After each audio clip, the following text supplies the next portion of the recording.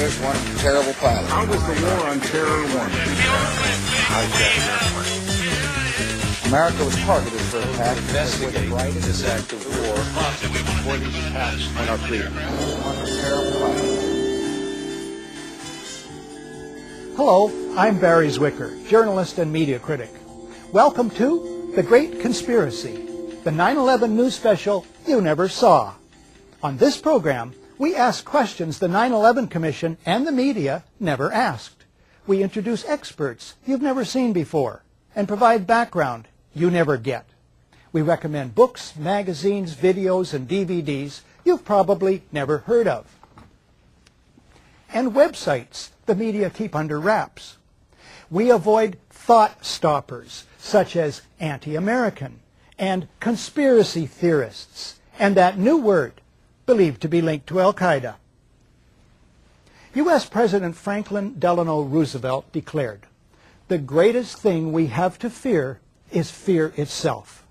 And indeed, fear may well be the greatest single human motivator. It can serve us and it can save us, but ill-founded fear, that's another story.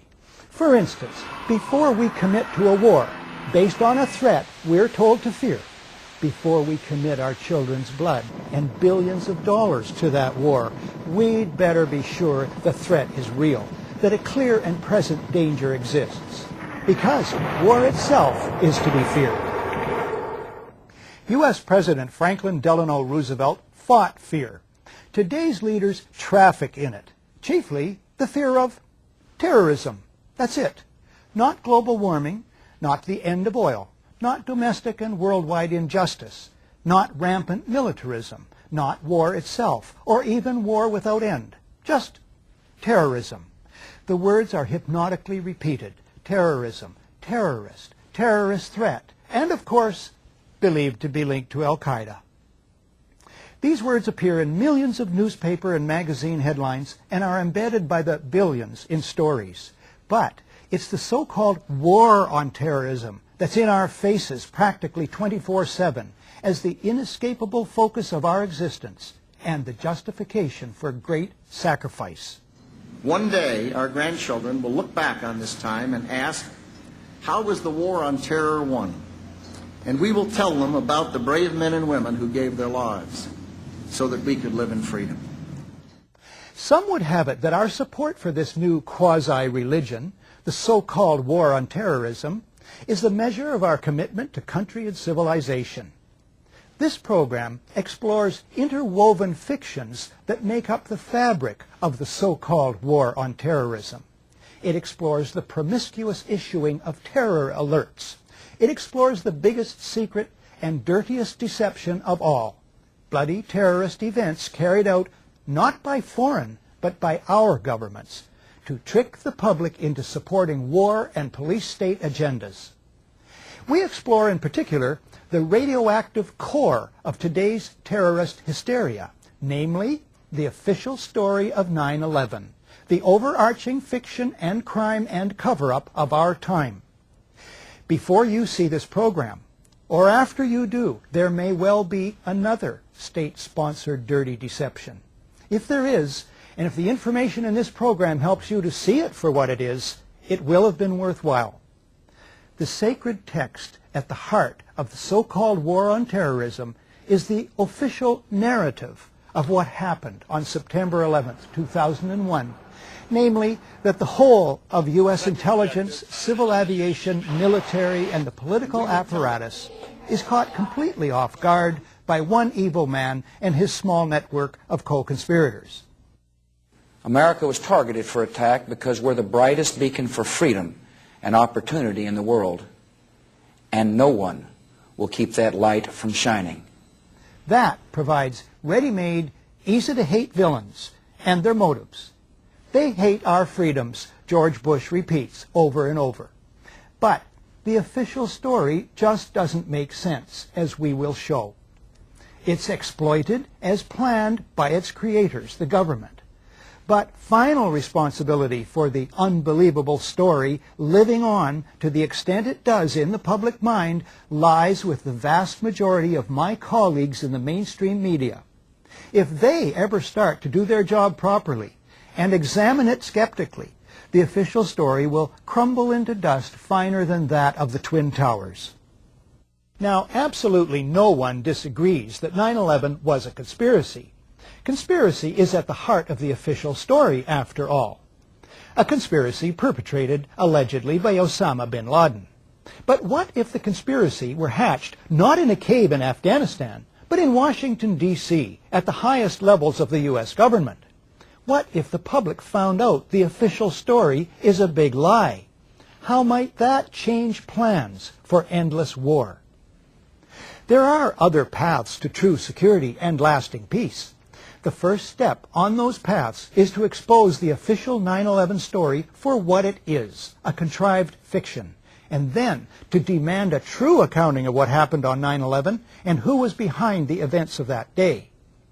Terrorism has been with us for a long time. It tends to be the last resort of the powerless, suffering under acute injustice, and as such, one person's terrorist is seen by another as a freedom fighter. This is what Noam Chomsky calls retail terrorism, that carried out by angry or paid individuals. But then there's wholesale terrorism, that carried out by states. Robert Jensen writes in the Houston Chronicle, "For more than 5 decades, throughout the Third World, the United States has deliberately targeted civilians or engaged in violence so indiscriminate that there is no other way to understand it except as terrorism.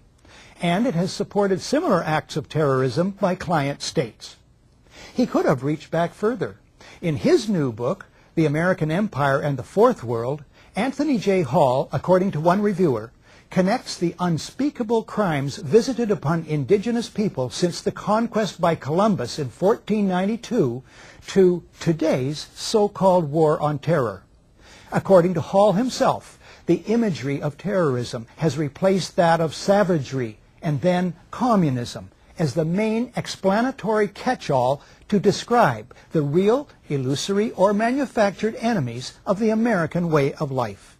So, on one side, ours, the use of terror either is not admitted or is simply defined as not terror.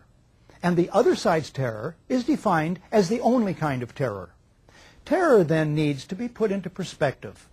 Perspective, writes Lawrence Martin, former Washington correspondent for the Globe and Mail, is a ghost in American journalism. Last year, acts of terrorism killed 300 to 400 people, ranking it so far down the list of dangers that it is barely visible. He might have added that 300 is the number of Americans struck by lightning each year. Another note about appearance and reality. The vast majority of people arrested as terrorism suspects are released without charges being laid. It's the arrest stories with those Arab names and pictures that remain in the public mind as reality. Isn't there a pattern of state-sponsored, media-abetted deception here? But the dirtiest secret about terrorism is also by far the largest. Many spectacular acts of terrorism are fearsome fakeries carried out by cabals within governments, and I mean our own governments. The gold standard is the attack on one's own country to mobilize public opinion for power, political gain, and profit. The Nazis masterminded the torching of the Reichstag, the German parliament buildings, on February the 27th, 1933, 1 week before a national election. That they did so is historical fact, portrayed best in William L. Shirer's masterpiece, The Rise and Fall of the Third Reich. Within hours, Hitler and his henchmen designate the communists as the villains and label them terrorists. The government promises proof, but never provides it. The communists did not do it. A single communist was the patsy. The big lie of who torched the Reichstag is used by Hitler to sow fear. He bullies the German president to sign a decree suspending 7 main articles of the German Constitution. The claim is that the fatherland, think homeland, is under threat. Ensuing arrests and murders of communists and socialists terrorize anti-Hitler dissent. In the ensuing election, Hitler does not get the majority he needs to rule. But soon after, he essentially seizes power. He then is free to launch preemptive strikes against other countries and wage a world war